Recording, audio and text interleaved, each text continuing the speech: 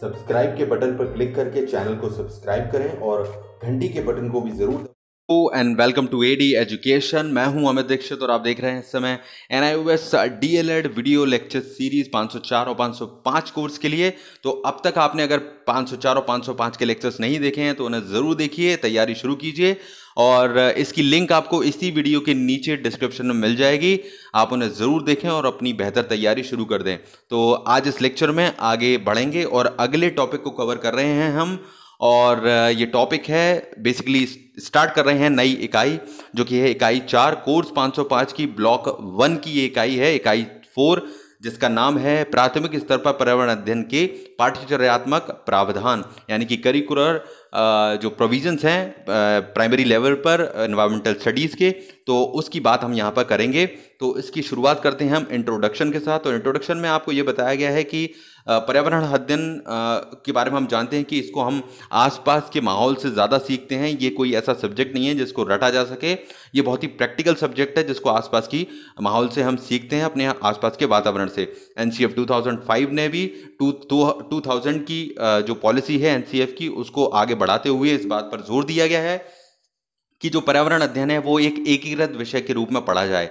एकीकृत विषय को आप इस तरह से समझिए क्योंकि पर्यावरण अध्ययन में कई तरह की चीज़ों का समावेश होता है, चाहे इसके अंतर्गत हो, सब्जेक्ट के अंतर्गत, या सब्जेक्ट के बाहर दूसरे जो विषय हैं उनसे संबंध बनाना हो, तो उन सबको इंटीग्रेट यानी कि इकट्ठा तौर पर एक पढ़ा जाता है और चीज़ों से इसका संबंध बनाकर चीज़ों को पढ़ाया जाता है, इसलिए इसको एकीकृत कहा गया है। तो ये बताया है 2005 में कि इसको एकीकृत सब्जेक्ट की तरह पढ़ाया जाना चाहिए। तो यही सबसे सही है इसके लिए।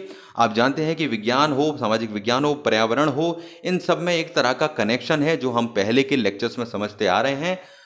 कई टॉपिक्स हैं, कई चीज़ें ऐसी हैं, कई प्रकरण हैं जो कि तीनों में मिले हुए हैं और तीनों में जुड़ते हुए, संबंध बनाते हुए हम विद्यार्थियों को अगर सिखाएंगे तो पर्यावरण अध्ययन में सिखाई गई चीज़ें अन्य सब्जेक्ट में और अन्य सब्जेक्ट में सिखाई गई चीज़ें पर्यावरण अध्ययन में उनको मदद करेंगी। तो एक दृष्टिकोण, एकीकृत दृष्टिकोण, उनका इंटीग्रेटेड जो नज़रिया है वो बनेगा उनका। यहाँ पर 3, 4, 5 जो कक्षाएं हैं, कक्षा 3 से कक्षा 5 तक की, उसमें आपने भी पढ़ाते हुए कई तरह की इस तरह की समस्याएं महसूस की होंगी जो इस सब्जेक्ट को पढ़ाते के अंतर्गत आती हैं, और उन्हीं सभी प्रश्नों का, उन्हीं सारी समस्याओं को हम यहाँ एक तरह से हल करने का प्रयास करेंगे और समझेंगे कि किस तरह से आप किताबों को बेहतर तरीके से इस्तेमाल कर सकते हैं पर्यावरण अध्ययन को पढ़ाने में। और साथ साथ में जो NCF 2005 है, राष्ट्रीय पाठचर्या फ्रेमवर्क जो है आपका 2005 का, उसके क्या उद्देश्य हैं पर्यावरण अध्ययन के बारे में, उसको हम कैसे पूरा कर सकते हैं, इन चीज़ों को ध्यान में रखते हुए इसकी चर्चा भी हम करेंगे। तो यहाँ स्टार्ट किया गया है सबसे पहले 4.2 में राष्ट्रीय पाठचर्या रूपरेखा 2005 के पर्यावरण अध्ययन के उद्देश्य। तो NCF 2005 के जो पर्यावरण अध्ययन यानी कि इन्वायरमेंटल साइंस के, इन्वायरमेंटल स्टडीज़ के जो उद्देश्य हैं उसके बारे में हम बात करेंगे। तो सबसे पहले यहाँ पर ये बात की गई है कि पर्यावरण अध्ययन का जो भी आज का सिलेबस है, उस जो प्राथमिक स्तर पर पढ़ाया जा रहा है प्राइमरी लेवल पर, वो विज्ञान, सामाजिक विज्ञान और पर्यावरण शिक्षा में से निकाली गई एक तरह से चीज़ों का इंटीग्रेशन है, उनका एक मिला जुला रूप है, एकीकृत है, ये दृष्टिकोण प्रदान करता है। NCF 2005 के बारे में ये बात की गई, उन्होंने बताया है कि प्राथमिक स्तर पर विज्ञान, सामाजिक विज्ञान जो है, साइंस, सोशल साइंस, वो काफ़ी कुछ NCF 2005 के 2005 के उद्देश्यों की पूर्ति करता है। और यहाँ देखिए बात उस चीज़ की जा रही है कि NCF 2005 ने कहा, में बताया गया है कि ना केवल ये कोई शिक्षा है बल्कि ये आम जिंदगी में सीखने वाली चीज़ें हैं। हमारे अंदर ऐसी चीज़ों का विकास होता है जो हमारी सोच, हमारी समझ, यानी कि बच्चों की बात की जा रही है, बच्चों की सोच, समझ, उनके आचार विचार, उनकी प्रवृत्तियाँ, उनकी क्षमताओं के बारे में बदलाव करती हैं और उनका विकास करती हैं। तो केवल ये पढ़ाई ना होकर एक तरह का जीवन ज्ञान है, इसमें बताया गया है। और इसमें बताया गया है कि NCERT का जो सिलेबस है, NCERT ने जो पर्यावरण अध्ययन का, एनवायरमेंटल स्टडीज़ का जो सिलेबस बनाया है, उसमें कई चीज़ों को यहाँ पर ध्यान रखा गया है और उसमें सबसे मुख्य बात चीज़ों के बारे में हम यहाँ पर जानेंगे। तो 4.2.1 में यही चीज़ें हम समझेंगे, राष्ट्रीय पाठचर्या रूपरेखा से पाठ्यक्रम तक। तो यहाँ पर सबसे पहले बताया गया कि प्राथमिक स्तर पर जो भी प्राइमरी लेवल पर एनवायरमेंटल स्टडीज़ यानी कि पर्यावरण अध्ययन को जो सब्जेक्ट पढ़ाया जाता है, उसमें इस बात पर जोर दिया जाता है कि ये सब्जेक्ट कोई पढ़ने के लिए बोझ के बिना पढ़ाया जाए इसको, क्योंकि ये एक प्रैक्टिकल सब्जेक्ट है, इसको हम आसपास की चीज़ों को देखते हुए सीख सकते हैं। तो यही इसको पढ़ाने का दृष्टिकोण रखा जाए कि इसे आम जिंदगी की चीज़ों से जोड़कर सिखाया जाए। और एनसीईआरटी का जो सिलेबस है पर्यावरण अध्ययन का, उसमें इस चीज़ को करवाने का प्रयास किया गया है, उसी के अनुसार सिलेबस बनाया गया है। उसके कुछ पॉइंट हम यहाँ समझेंगे। पहला पॉइंट है कि यहाँ पर देखिए पाठ्यक्रम में शीर्षकों की सूची नहीं है, तो इस पॉइंट में बताया गया है कि जिस तरह के और सब्जेक्ट होते हैं वहाँ पर टॉपिक की लिस्ट बना दी जाती है, उनके टाइटल्स दे दिए जाते हैं, एक लिस्ट होती है। यहाँ ऐसा नहीं है, यहाँ पर एक थीम बनाई गई है। पर्यावरण अध्ययन को कुछ थीम्स में बांटा गया है, जैसे कि मैंने आपको बताया था 6 प्रकरणों में पर्यावरण अध्ययन बटा हुआ है। पहला है परिवार और मित्र, उसके सब डिविजन्स हैं, पर पौधे जानवर हैं, काम और खेल हैं, इसके अलावा भोजन आश्रय, ऐसे कई डिविजन्स आपने देखे होंगे, जल है। तो ये उन थीम के आधार पर पर्यावरण अध्ययन को विभाजित किया गया है, जो बहुत ही अलग तरीके से पढ़ाया जाता है। तो यहाँ पर ये बताया गया है, दूसरे पॉइंट में बताया गया है कि ये एक व्यवस्थित तरीके से उपकरणों को व्यवस्थित, सर्पिल और क्रमिक तरीके से की जाती है यहाँ पर पढ़ाई।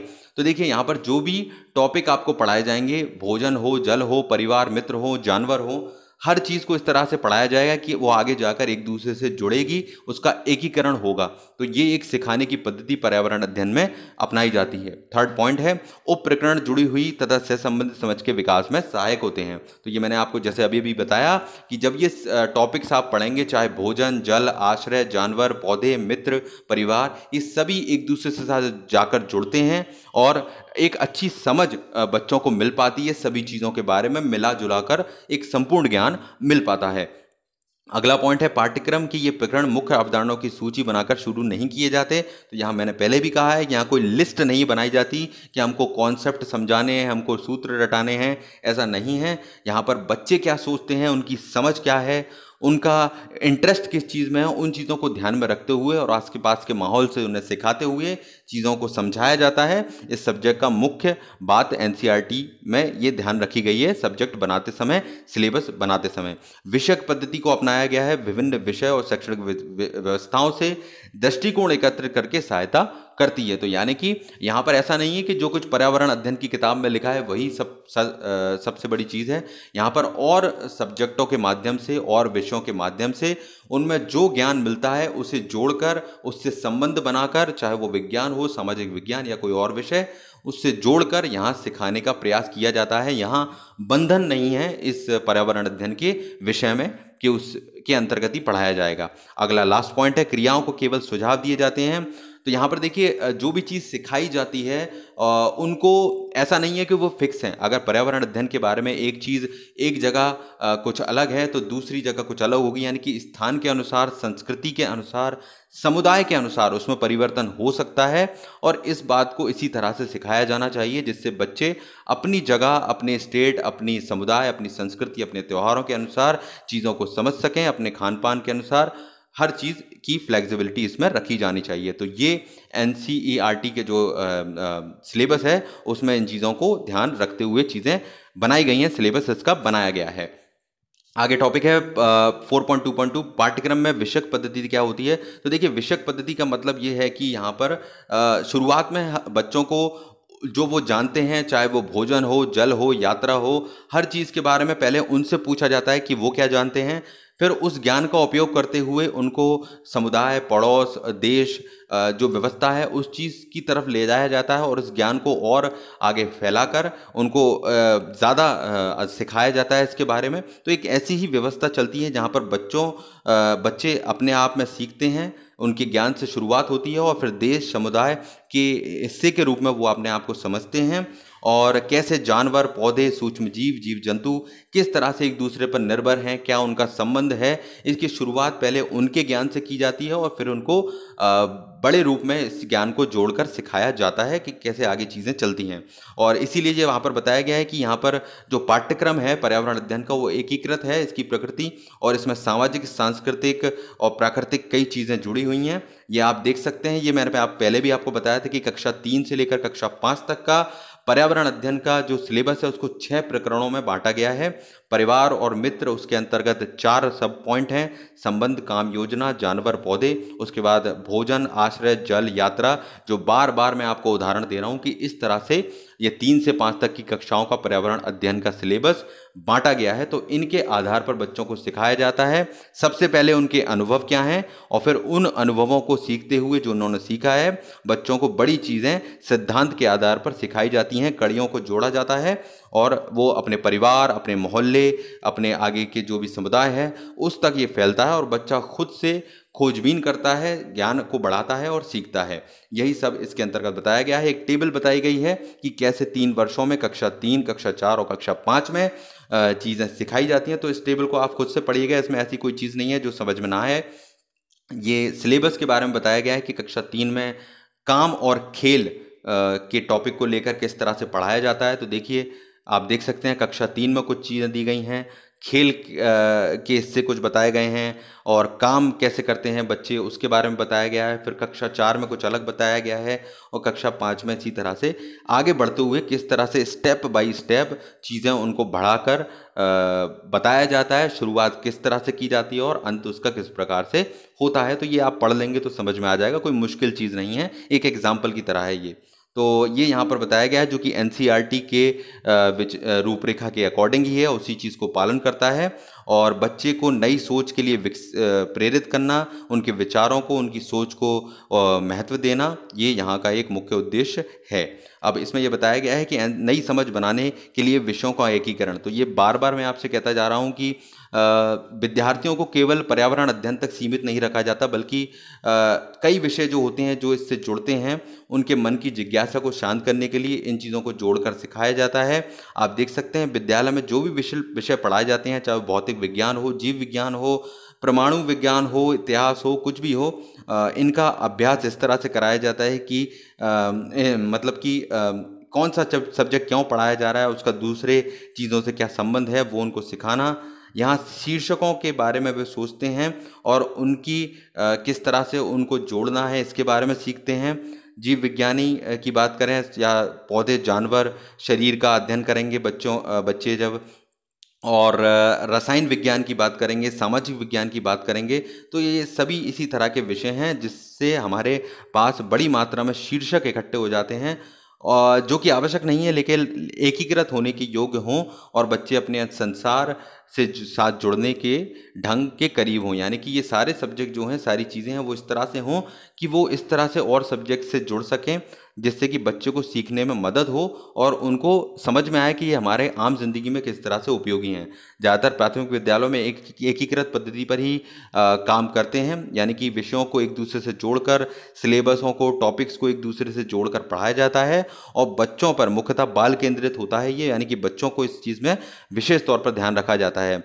कई विषयों के विशेषज्ञ जैसे विज्ञान, सामाजिक विज्ञान, शैक्षिक विज्ञान और कई तरह के जो अध्ययन कराते हैं, उन्होंने इन सारे प्रकरणों को इस तरह से रचा है कि जो बच्चों के सिखाने को प्राथमिकता दी जाए, ना कि एक पढ़ाने का काम किया जाए। एक सुव्यवस्थित तरीके से इसको सिखाया जाए और एक निर्देशात्मक नहीं बल्कि विचार के आधार पर एक रूपरेखा बनाई जाए। बच्चे के सोचने की प्रक्रिया को नई दिशा देने और सीखने की प्रक्रिया को आधार मानकर हर चीज़ को लिखा जाए, चाहे वो लेखक हो, शिक्षक हो, अभिभावक हो, उनको ये समझाया जाए कि बच्चे जितना गहराई से चीज़ें समझते हैं उसी लेवल पर उनको समझाएं। किस प्रकार वयस्क बच्चों के अधिगम को प्रेरित कर सकते हैं, इस चीज़ को समझना ज़रूरी है और बिना रुकावट डाले आप बच्चों को सीखने दें, बच्चों को वो सूचना एकत्रित करने दें जो वो चाहते हैं और उनको याद करने पर दबाव ना बनाएं, ऐसा इसमें बताया गया है। अगेन इसमें एक टेबल बताई गई है नीचे। आश्रय जो एक प्रकरण है पर्यावरण अध्ययन का, पर्यावरण में आश्रय मतलब आवास, उसके अंतर्गत कैसे पर्यावरण अध्ययन को पढ़ाया जाता है ये देखिए आप टेबल में। सबसे पहले उद्देश्य, व्यापक उद्देश्य क्या है, बच्चों की प्राकृतिक, सामाजिक, सांस्कृतिक पर्यावरण के बीच उनको संबंध ढूंढने का प्रशिक्षण दिया जाए। फिर आश्रय और आवास प्रकरण की बारे में जानकारी दी जाए, उनसे इससे संबंध में उपयुक्त प्रश्न किए जाएं, प्रश्नों से शुरुआत की जाए कि आपके विद्यालय कितना बड़ा है, किस प्रकार की इमारत है, आपको क्या अपने आसपास का रास्ता मालूम है, डाकघर और बस ट्रेन जाने का रास्ता बताइए। तो यानी कि उनके क्वेश्चन से उनके ज्ञान को निकालने का प्रयास किया जा रहा है और जो मुख्य अवधारणा है जैसे कि पड़ोस के जो टू डायमेंशनल चित्र हैं, नक्शे हैं, उनको उपयोग करना, संसाधन के तौर पर आसपास के पड़ोस का उनको सर्वेक्षण करने के लिए देना, यानी कि एक सर्वे करने के लिए देना, और उनको ये सिखाना कि उनसे क्रियाएं करवाना, जैसे कि दूरी का अंदाज़ा लगाइए, घर के पास से दुकान तक का रास्ते का मानचित्र पर आप बताइए। तो इस तरह से आप देख रहे हैं कि एक उद्देश्य लेकर चलते हैं, प्रश्नों को उसके ज़रिए शुरुआत की जाती है और किस तरह से चीज़ों का उपयोग करते हुए उन्हें सिखाया जाता है कोई प्रकरण।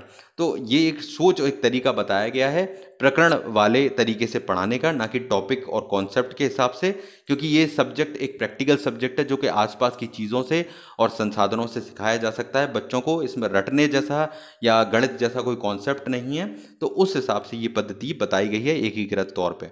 तो आई एम श्योर ये समझ में आया होगा आपको। और चूंकि ये पर्यावरण अध्ययन जो एक सब्जेक्ट है उसकी पैटर्न किस तरह से पढ़ाना है, उस सिलेबस को एनसीईआरटी को फॉलो करते हुए यहाँ पर समझाया जा रहा है, तो वो आप समझें, ये वही किताबों के अंतर्गत लिया गया एक पार्ट है और अच्छा टॉपिक है ये। तो आई एम श्योर आपको समझ में आ रहा होगा इसका फ्लो। तो आगे हम और टॉपिक कवर करेंगे, तो इस लेक्चर में बस इतना ही।